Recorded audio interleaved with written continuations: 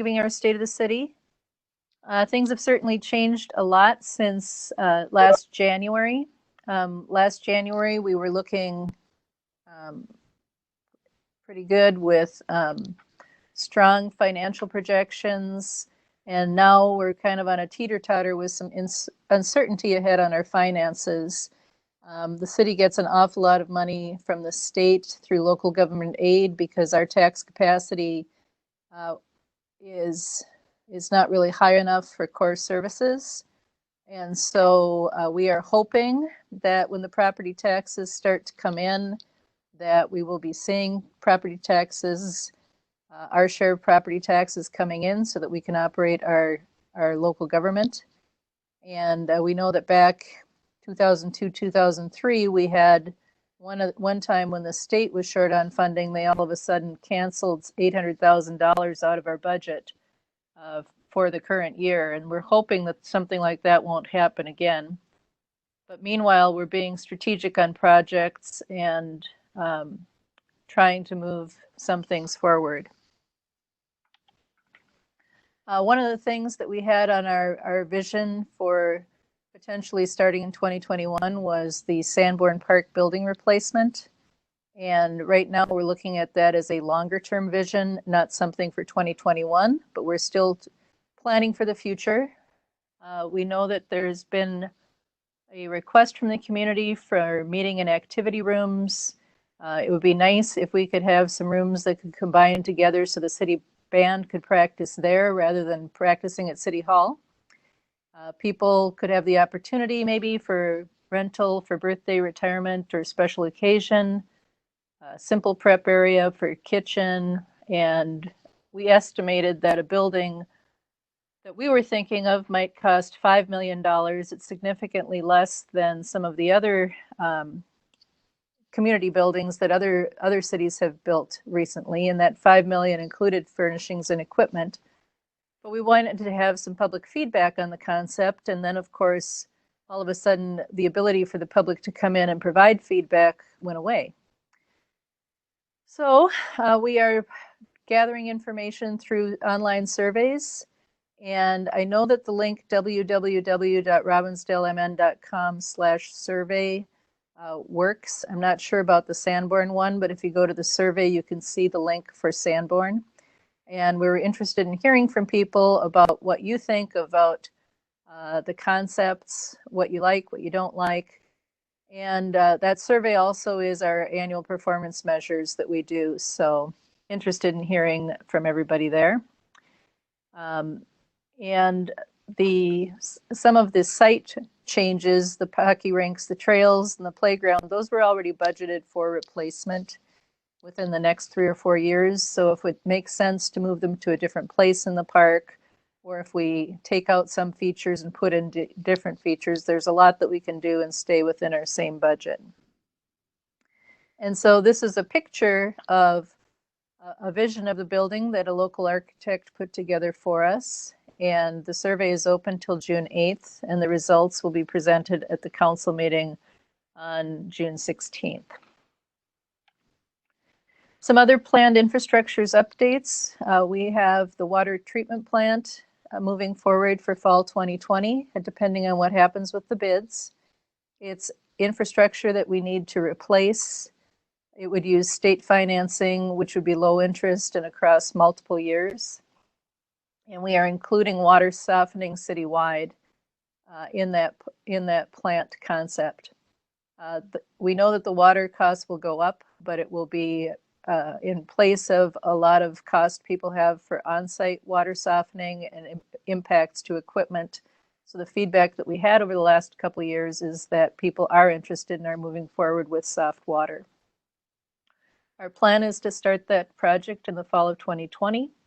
And there would also be some water main work in 21 and 22 with different connections coming into the site. And I believe that that would be service starting in 2023. That's something that I do need to verify, but I think that's the time frame. We're also looking at the new water tower with a greater capacity as we're adding people to our community and higher water demands from different businesses. We need to have a greater capacity than what we can do with our current 2 water towers. And the new water tower location would be located near County Road 81, West Broadway and 100 in a grassy area that MnDOT owns. And we're thinking that would be something that would be, I believe it's next year that would go up. And again, that's part of the state financing that we've received. We're also expecting to go forward with the Chow and Beard reconstruction. There are some major stormwater problems in that area on Chowan Avenue. If we get a 2-inch rain, the street is impassable. And so what we're doing is reconstructing the street at a higher level with greater stormwater capacities so that the stormwater can be off the street and the street can be drivable. And again, that's out to bid. And another thing that we're working on for planned infrastructure is the downtown streetscape, which was put in about 30 years ago. The sanitary main in downtown has to be replaced. It's not in good shape, the one that's on Broadway. And the water main should also be replaced. I don't know if you recall the water main break we had by the kiosk. It feels like last year, but might have been 2 years ago. So we do need to replace that infrastructure, and we do that. It will impact the other features on the street. So it's a time to look at refreshing and replacing those features. And right now our target is that we would do the block of 40th to 41st in 2022, and then come up to the 41st to 42nd block in 2023 once we've got the system worked out so that it'll be as smooth as possible. The redevelopment projects, Birdtown Flats, opened in February and was over 70% occupancy the last I checked. And Birdtown Flats, they've got the site cleanup complete. The lower levels are wrapping up, and there are 4 levels of apartments that'll be showing up very soon. And they are targeting May 2021 for lease up, the last that I heard. COVID-19 impacts has impacted city services. Police and fire, police and public works have been working normal schedules.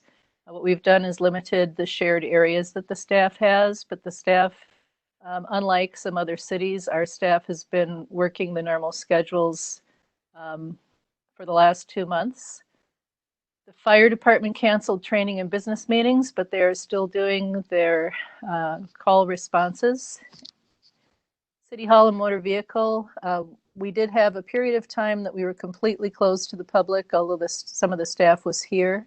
And in that time, as we took a look at what people called in for, 90% of our services can be done online drop-off or by phone. So we're really encouraging people to do as much of that as possible.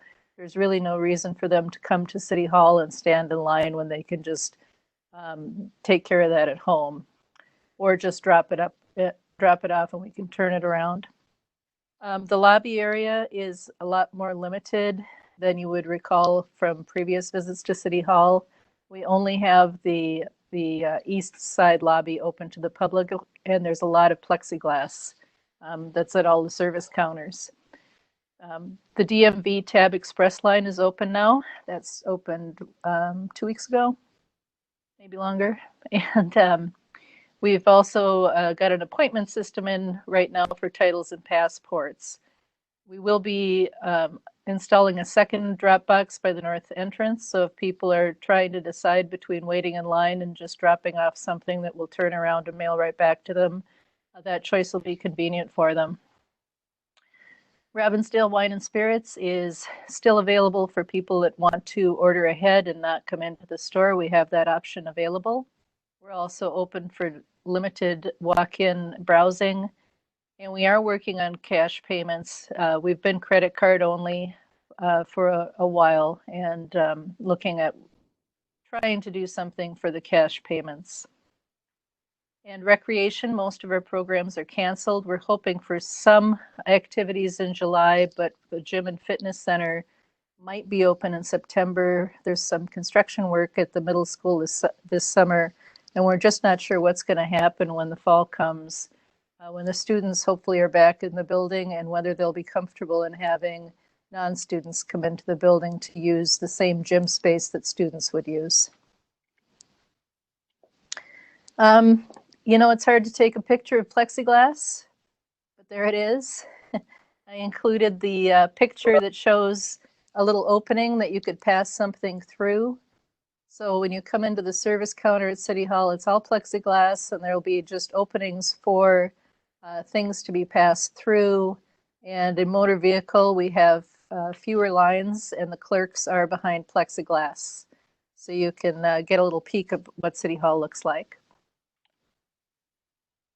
Other COVID-19 impacts, we are working with some of the local restaurants on outdoor seating expansions.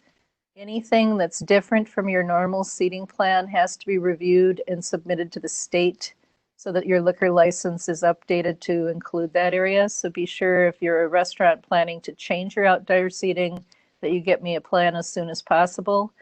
I don't even know exactly where I submit it to. I just know I have to. So we'll be working that out as we roll forward. And retail had the opening with the 50% maximum occupancy, which we provided some advice that you just take your retail area, divide by 30 and divide by 2. And that's the total number of customers and staff that you can have in the building. We, like the rest of you, are looking at new challenges, trying to figure out how to keep safe conditions for our staff. And so that's why right now at City Hall, we have the staff office areas, which includes the restrooms and the council chambers, not available to the public. We needed that extra space in the council chambers to be able to expand out from the normal people that would be taking their breaks in a small room. We need them to spread out so that they can have their lunch safely. And we know that starting June 26th, we're going to have absentee voting, and that's going to take over the part of the council chambers we're not using. So we're not sure when we would be coming back with in-person council meetings. And we know that one of the things that we have to consider is we either have to be all there in the room or nobody there in the room. It's hard to bring in people offline and have them appear in the online meeting, if that makes sense. So we either need everybody being online from somewhere or everybody present in the room.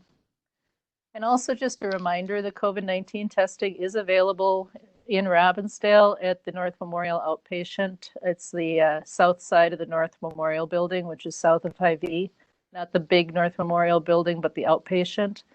And that's something that if you have somebody that's showing symptoms and they want to have a test and they're getting pushback from their healthcare provider, there is an option that anybody can go there that has symptoms and get a test. And we've had some people do that, and the tests have turned around rather quickly. So it's nice to have those negative results come back when you're not sure what to think of symptoms. And then you've seen, and Jenny's going to join in here a little bit. You've seen that Robbinsdale is open. There's a new city business marketing joint venture that's going right now. It combines a platform on the chamber website and some social media features for businesses located within a half-mile of the future LRT. Little Box Social is facilitating that. And then Anna from Neon is also helping businesses with the Hennepin County information.